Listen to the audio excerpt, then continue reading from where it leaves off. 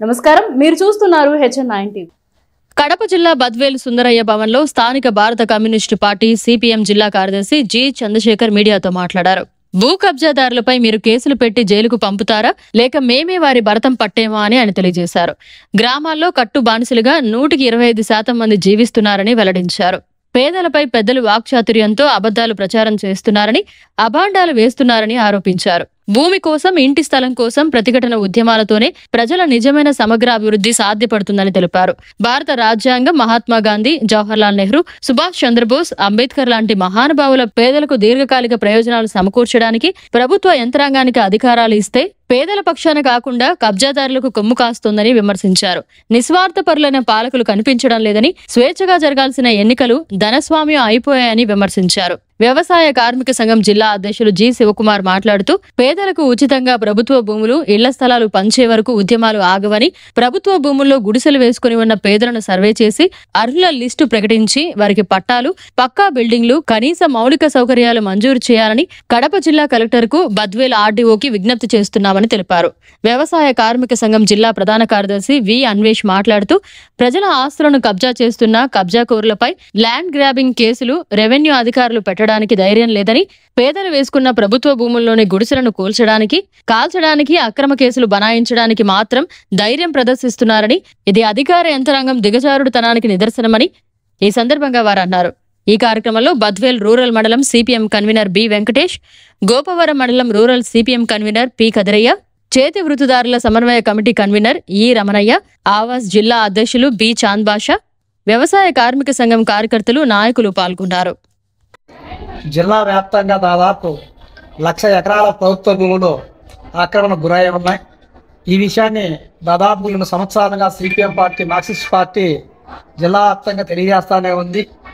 దీన్ని గణాంకాలతో సహా, సర్వే నంబర్లతో సహా ప్రభుత్వ అధికారుల దృష్టికి, కలెక్టర్ గారి దృష్టికి, ఆర్డీఓ గారి దృష్టికి ఎప్పటికప్పుడు ఈ యొక్క సమాచారాన్ని చేరవేశాం. అందులో ప్రధానంగా బద్వేలు నియోజకవర్గంలో ఉన్నటువంటి బద్వేలు, గోపవరం, కోరాండ్ల, కాశీనాయన, కల్సపాడు, అట్లూరు, అదే రకంగా మైదుకూరు నియోజకవర్గంలో ఉన్నటువంటి బ్రహ్మంగారి మఠ మండలాల్లోనే దాదాపు 75,000 ఎకరాల ప్రభుత్వ భూములు ఆయా ప్రాంతంలో ఉన్నటువంటి రాజకీయ పలుకుబడి కలిగినటువంటి, ఆర్థిక అంగబలం కలిగినటువంటి భూ కబ్జాదారులకు స్వాధీనం చేసుకున్నారు. వాస్తవానికి ఇవన్నీ కూడా పేదలకు దక్కాల్సినటువంటి భూములు.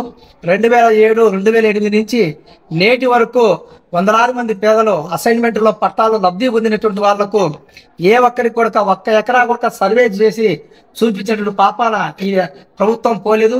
గతంలో ఉన్నటువంటి తెలుగుదేశం ప్రభుత్వం కానివ్వండి, ప్రస్తుతం అధికారంలో కొనసాగినటువంటి వైసీపీ ప్రభుత్వం కానివ్వండి, ఎక్కడా కూడా పేదలకు భూములు పంచేందుకు సిద్ధపడలేదు. పైపైచ్చు ఆయా అధికార పార్టీకి సంబంధించిన నాయకులు పెద్ద ఎత్తున భూ కబ్జాలకు పాల్పడ్డారు. అందులో భాగంగానే కాకినాడ అక్కంగులలో కానివ్వండి, బద్వేల్ టౌన్లో కానివ్వండి, బద్వేల్ రూరల్లో కానివ్వండి, బ్రహ్మంగారి మఠ మండలంలో కానివ్వండి, బీకోడు మండలాల్లో కానివ్వండి, వందలాది వేలాది ఎకరాలు ఈ ప్రాంతం, ఈ జిల్లా, ఈ రాష్ట్రానికి సంబంధం లేనటువంటి వ్యక్తులు పెద్ద ఎత్తున భూములను ఆక్రమించుకుంటున్నారు. ఎప్పటికప్పుడు సంబంధించిన విషయాలు అధికారుల దృష్టికి తీసుకొచ్చినా కూడా ప్రభుత్వం సరైన చర్యలు తీసుకోలేదు.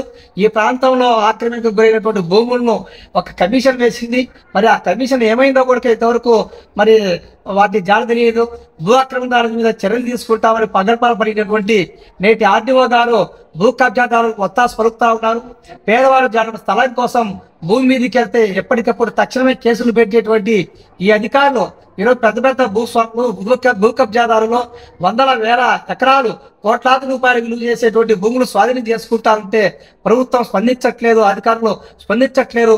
అందుకోసమే ఈరోజు వ్యవసాయ కార్మిక సంఘం ఈ నియోజకవర్గంలో ఉన్నటువంటి టీపీ కుంట, అదే రకంగా కొత్తపల్లి, అదే రకంగా పోర్వాళ్ళ ప్రాంతాల్లో పెద్ద ఎత్తున భూమి లేనటువంటి, ఇంటి స్థలం లేనటువంటి పేదలను సమీకరించి భూపరడానికి సిద్ధమైంది. ఇప్పటికే పలుమార్లు ఆర్డీఓ గారి దృష్టికి ఈ విషయాన్ని తీసుకెళ్లాము. సంబంధించిన దరఖాస్తు కూడా పెట్టాం. అయినా కూడా అధికారులు కాకమతప్పులు చెప్తున్నారు తప్ప పేదలకు భూమిని, ఇంటి స్థలానికి ఇవ్వడానికి సిద్ధపడతాలేరు. పేదలకు భూమి దక్కేంత వరకు, పేదలకు ఇంటి స్థలం దక్కేంత వరకు కూడా ఈ ఎర్రజెండా చేత పట్టుకొని భూపాలనను కొనసాగిస్తాం. అరువులైనటువంటి ప్రతి పేదవానికి ఇంటి స్థలం, భూమి దక్కేంత వరకు కూడా పోరాటాన్ని ఆపుకోమని చెప్పేసి ఈ సందర్భంగా అధికారులు డిమాండ్ చేస్తాం. ఈ రోజు అధికారులు, భూ కబ్జాదారులు, భూపకాసురులు, ధనస్వాములు పేదల ఇళ్ల స్థలాల భూ పోరాటం పైన అనేక అబద్ధాల అభాండాల ప్రచారం ప్రారంభించారు. వీళ్లకు ఇల్లున్నాయి, మళ్ళా ఇంటి స్థలం కోసం గుడిసెలు వేస్తున్నారు, తప్పుడు ప్రచారం చేస్తా ఉన్నారు. మేము అడుగుతా ఉన్నాం, ఈ భూపకాసులు, ఈ ధనస్వాములు, ఈ కబ్జాకోరులకు అందరికి కూడా ఒక్కొక్కరికి పదుల సంఖ్యలో, వందల సంఖ్యలో ఎకరాల భూములు ఉన్నాయి. ఇల్లు ఒక్కొక్కరికి 4, 5, 10 ఇల్లు ఉన్నాయి. అయినా గాని ప్రభుత్వ భూములు ఎక్కడ కనబడితే అక్కడ డేగలాగా వాలి ఈ రోజు రెవెన్యూ రికార్డులన్నీ కూడా ట్యాంపరింగ్ చేసి ఈ రోజు అన్యక్రాంతం చేసుకుంటా ఉన్నారు. పేదవాళ్ళ ఇంట్లో 4 బిడ్డలుంటే తనకు ఒక ఇల్లు ఉంటే నలుగురి బిడ్డలకు 4 ఇండ్లు సంపాదించుకోవాలా, వాళ్ళకు గూడు సంపాదించి పెట్టాలా అని చెప్పి ఒక ఇల్లు ఉన్నవాడు ఇంకో గుడిసేసుకుంటే పేదవాని యొక్క గంజిలో ఉప్పేసుకొని రుచిగా తాగడానికి కూడా ఇష్టపడినటువంటి వాళ్ళు ఈ రకమైన తప్పుడు ప్రచారాలు, తప్పుడు అభాండాలు వేస్తా ఉన్నారు. దీన్ని సిపిఎం పార్టీ తీవ్రంగా వ్యతిరేకిస్తా ఉంది. ఈ తప్పుడు ప్రచారాన్ని బుద్ధిజీవులు ఎవరు కూడా నమ్మొద్దని, దీన్ని తిప్పికొట్టాలని చెప్పి మేము ప్రజలకు విజ్ఞప్తి చేస్తా ఉన్నాం, పిలుపునిస్తా ఉన్నాం. ప్రభుత్వ భూములన్నీ కూడా భూ కబ్జాలకు భూపకాసులు ప్రయత్నం చేస్తా ఉన్నారు. ఇప్పటికే ప్రభుత్వ భూములు 100-75-90% కబ్జాలకు గురై ఉన్నాయి. ధనస్వాములు కోట్ల రూపాయలు ప్రభుత్వ భూములు ఆక్రమించి అమ్ముకుంటా ఉన్నారు, కోట్లాది రూపాయలు ఆర్జిస్తా ఉన్నారు. బద్వేలు ఆర్టీఓ ఆఫీస్ కానీ, బద్వేలు గోపారం ఎంఆర్ఓ ఆఫీసులు కానీ కళ్ళు అప్పగిచ్చి చూస్తున్నారు కానీ వాటిని ఆపడానికి కానీ, అది ప్రభుత్వ భూమి అని చెప్పి బోర్డులు వేయడం కానీ, భూ కబ్జాదారుల పైన, భూపకాసుల పైన, ఈ ధనస్వాముల పైన ల్యాండ్ గ్రాబింగ్ చట్టం కింద కేసులు పెట్టి జైలుకు పంపించడం కానీ చేయటంలా. వందలాది మంది పేదలు ఎక్కడైనా ప్రభుత్వ భూమి ఉంటే కొండ తిప్పల పైన వందలాది గుడిసెలు మనిషికి 1.5 సెంటు చొప్పున వేసుకుంటే ఆ గుడిసెలు తీసేయమని, ఆ గుడిసెలు తోసేయటము, కాల్చడము, గుడిసెలు వేసుకున్నటువంటి పేద జనం పైన కేసులు పెట్టడం చేస్తా ఉన్నారు. అంటే ఈ పాలకులు, ఈ అధికారులు పేదల పక్షాన కాకుండా ధనికుల పక్షాన, కబ్జాకోరుల పక్షాన, భూపకాసుల పక్షాన ఉండి పనిచేస్తున్నా అనేటువంటిది తేటతెల్లమవుతా ఉంది, స్పష్టమవుతా ఉంది.